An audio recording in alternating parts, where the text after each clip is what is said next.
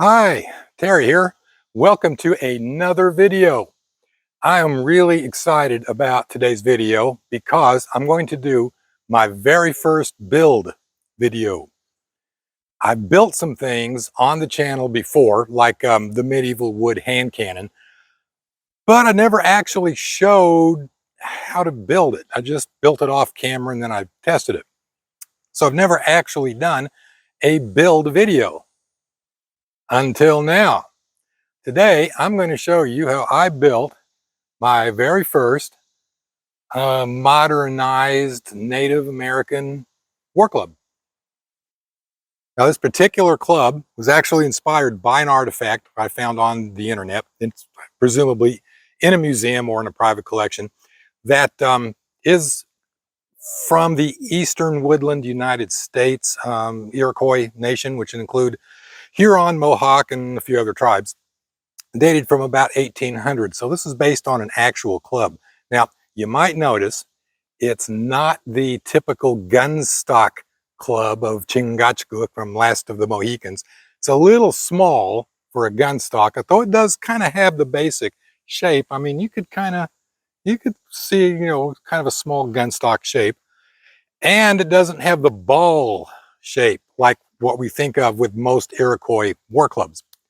But this paddle shape was actually just as common as the ball and the gun stock. It's just not as pretty on camera, I guess, not as impressive. So it's been largely ignored in the movies. But it's actually quite common. It's very efficient design, very cool looking too, I think. And it's a great kind of a beginner's club. It doesn't require any special skills in carving or anything like that. And of course, I am going to have to test this thing out.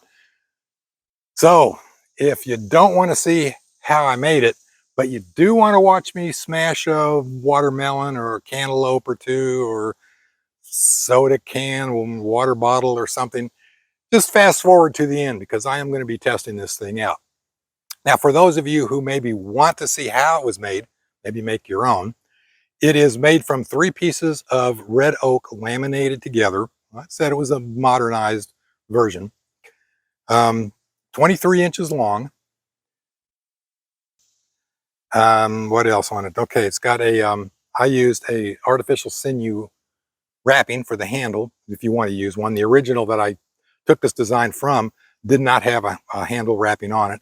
And I added this lanyard, which you use like this. You put it through your thumb, palm up, okay, wrap it over onto the grip.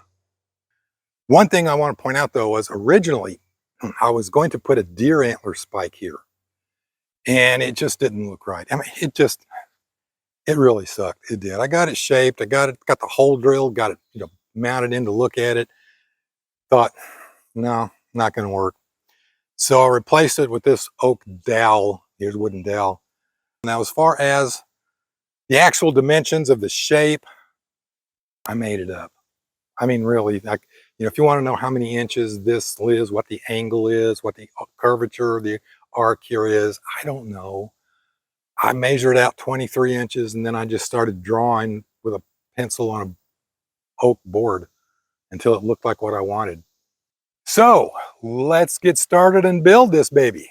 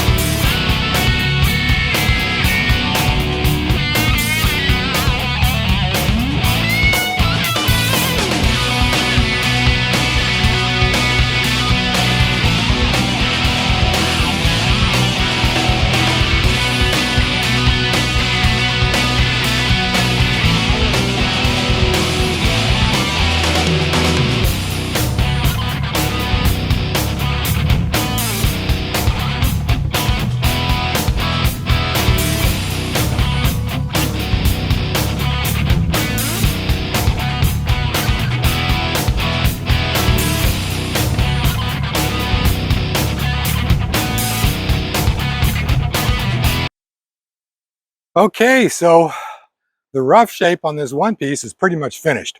And this will make the two outside pieces of the three-piece lamination.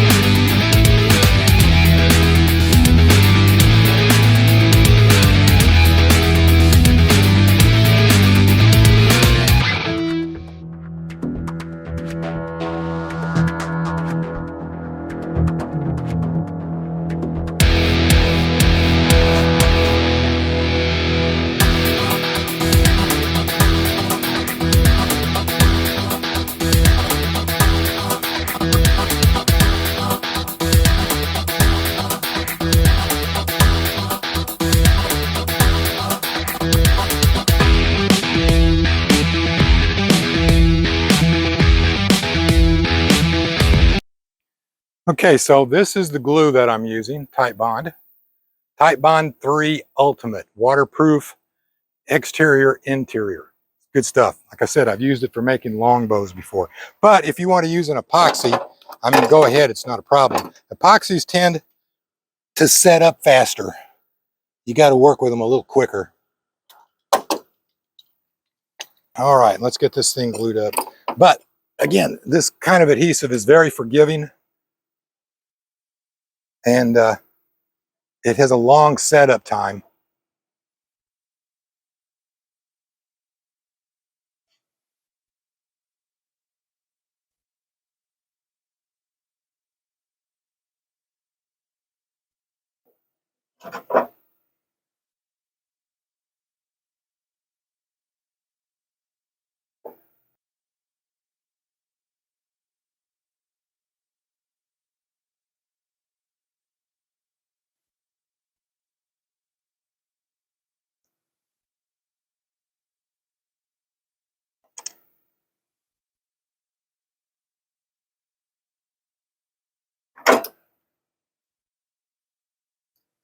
So before this dries, I've actually got plenty of time for making adjustments, making sure everything's nice and straight and even.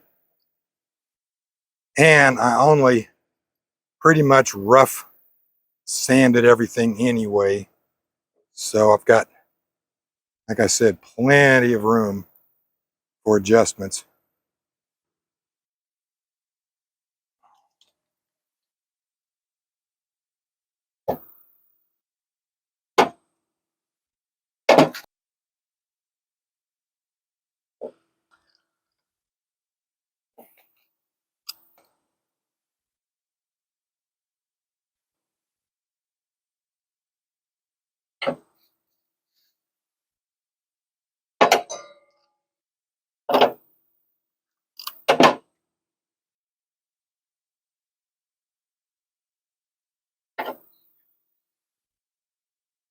Okay, I think that's got it.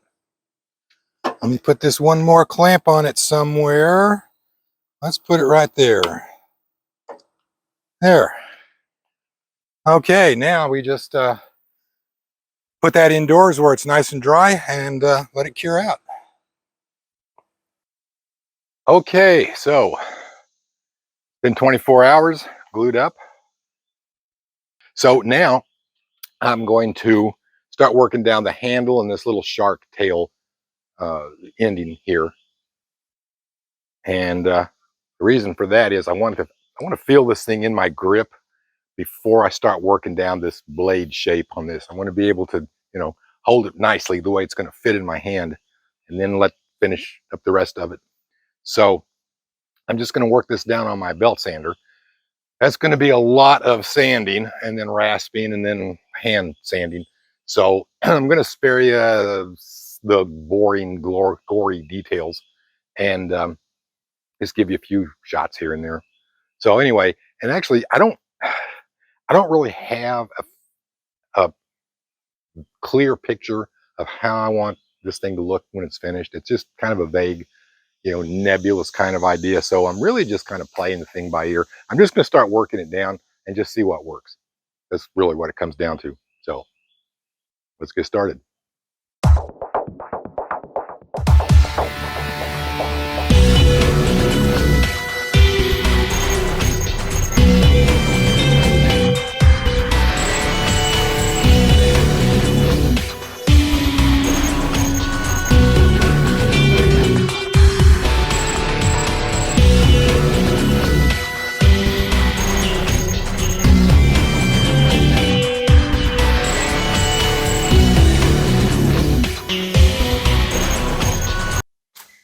Okay, well, here it is.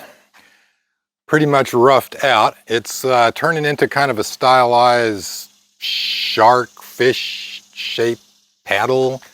You can see the diamond shaped pattern coming through, I think. I got a little narrower here at the bottom than at the top. I still got to work that down a little bit. But I'm trying to leave enough space here. I don't want to just sand it all the way across because I'm trying to leave enough space here to drill a hole for the antler spike that's going in there. I want to make sure right in through here is thick enough. So I'm going to start working the rest of this down now with a rasp.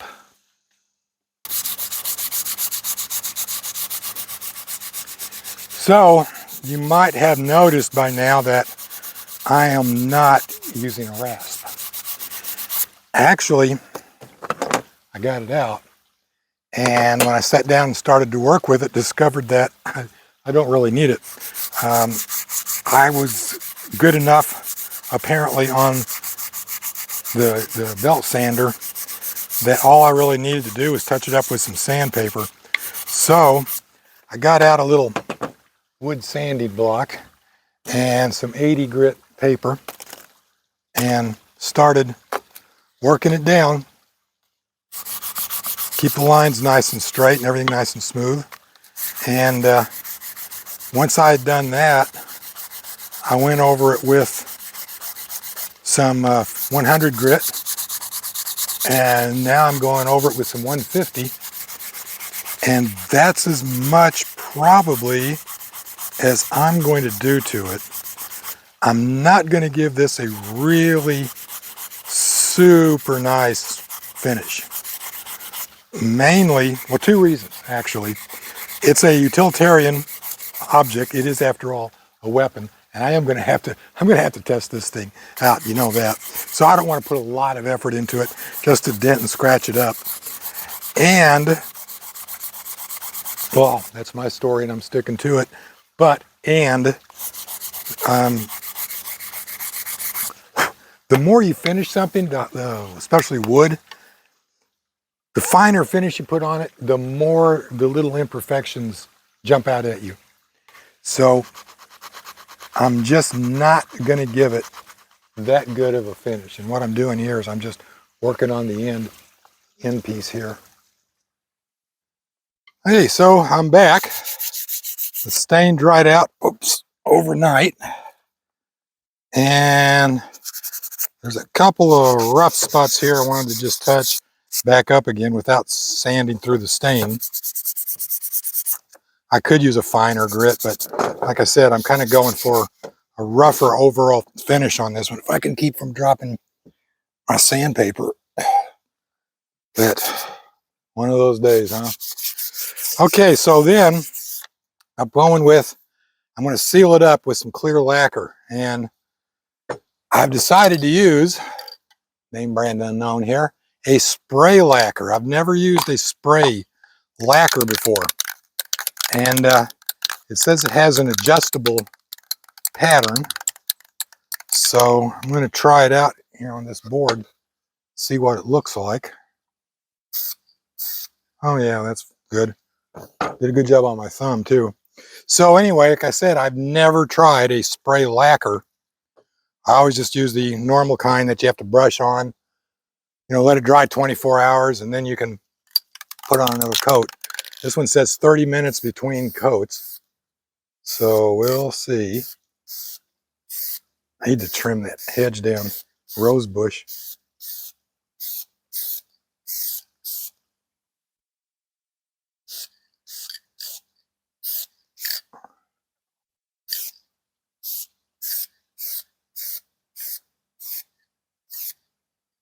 Okay, so there's coat one. I'm going to let that cure out for a few minutes and trim this trim this rose bush back, and I'll be back. So you might be wondering, why am I using lacquer instead of something like a polyurethane?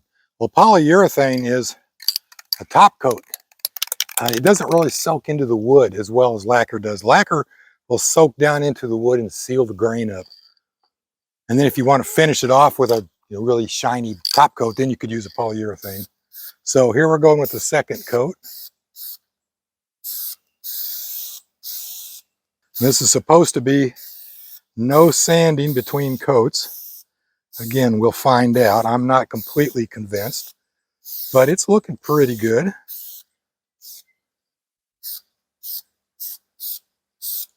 Okay. Second coat. Be back in 30 minutes and do the third coat.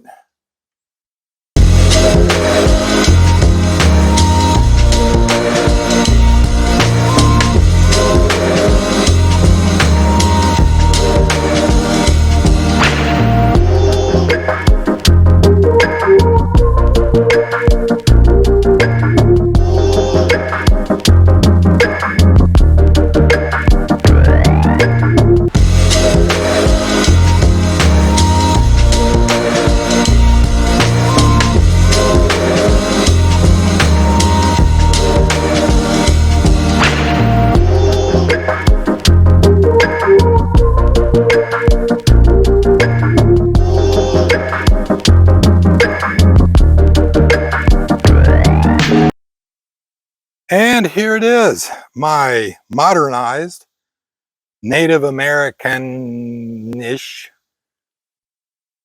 all wood, organic, no metal war club.